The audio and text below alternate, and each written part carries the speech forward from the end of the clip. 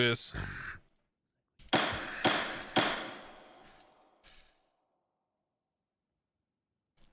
All right.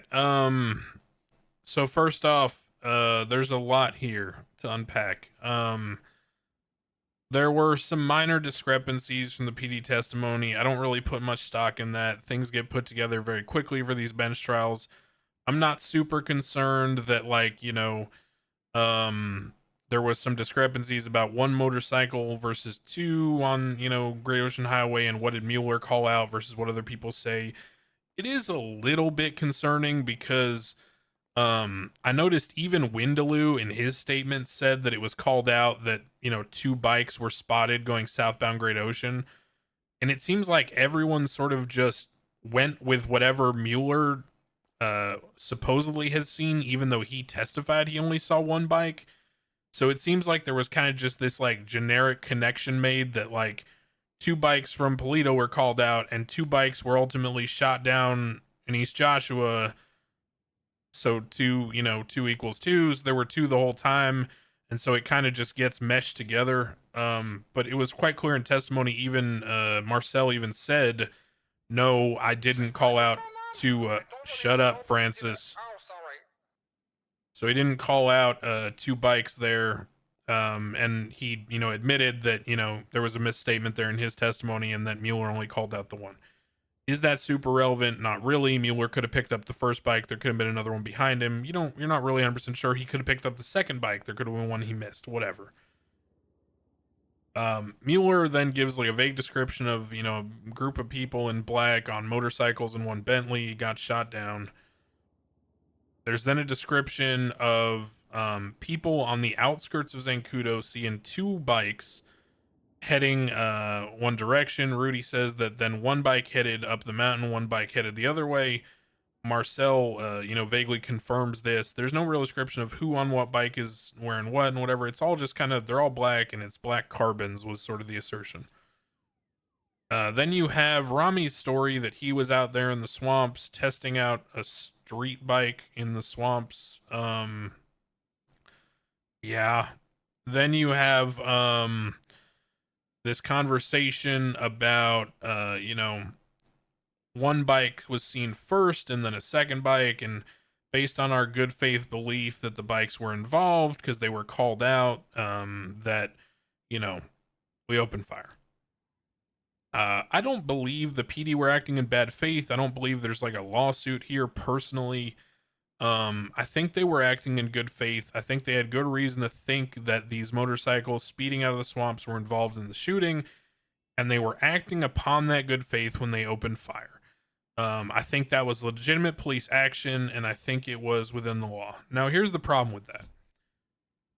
If the legitimate police action is predicated on the idea that there's a gunman from a shooting fleeing on a motorcycle, and then you GSR test that person and they're negative, what are you then able to investigate? Well, you had a good faith reason to shoot them down, but if your reason to be in that location and your reason to shoot them down is because you suspect them of being a gunman from a shooting and they're GSR negative, then where does your investigative purpose continue and expand beyond that? In particular, this idea of the search versus the frisk. So here's the way this works in law. If you search someone before frisking them when you should have frisked, that genuinely doesn't matter for the outcome usually, because if the person had done the proper protocol, would have found the evidence, then the courts typically allow the evidence. Meaning, like, if an officer fucks up their protocol, but a reasonable officer using the right protocol would have found the evidence, then that's legal, right?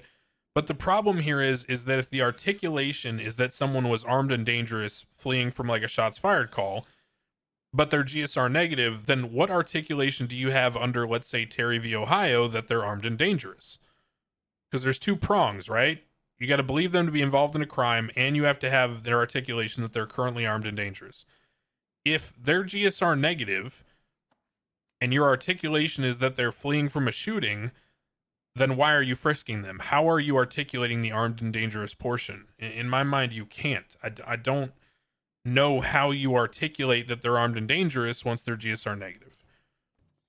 It doesn't really make sense. Now, in terms of the motorcycle and the joyriding, here's the other question. I don't really know about what bike was whose. I understand the officers labeled them as such. One bike was this person's, one's the other. There's a picture of someone face down next to a motorcycle. I don't know who that person is. It was never discussed. I mean, I can assume from the labeling, the officers are suggesting that person was Vinny. I do find it interesting that there was like a lot of blood evidence on both scenes of where the motorcycles were. In fact, in one picture of the motorcycle that's claimed to be Ramee's, there's a giant fucking blood spatter on the wall and a pool of blood next to that motorcycle. If that blood had been collected and put into evidence, I think that's a pretty easy articulation to guarantee that that's the bike he was driving.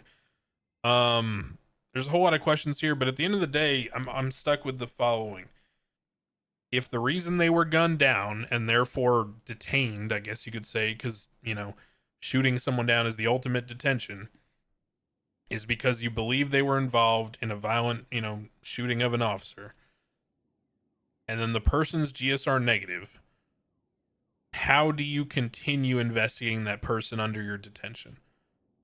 Yes, your detention was in good faith, but once their GSR negative, is your detention lawful?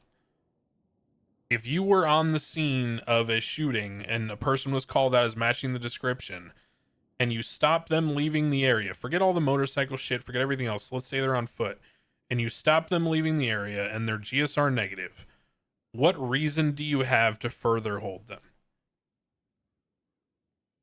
You get into a very strange scenario here where I don't honestly know how to proceed. I honestly can't believe I'm saying this, but I think that the PD acted in good faith. I think they shot down Mr. Al-Rahman in good faith. I think legally they had the right to be there and the right to do that. But I think once he was GSR negative, I think their investigative purpose expired.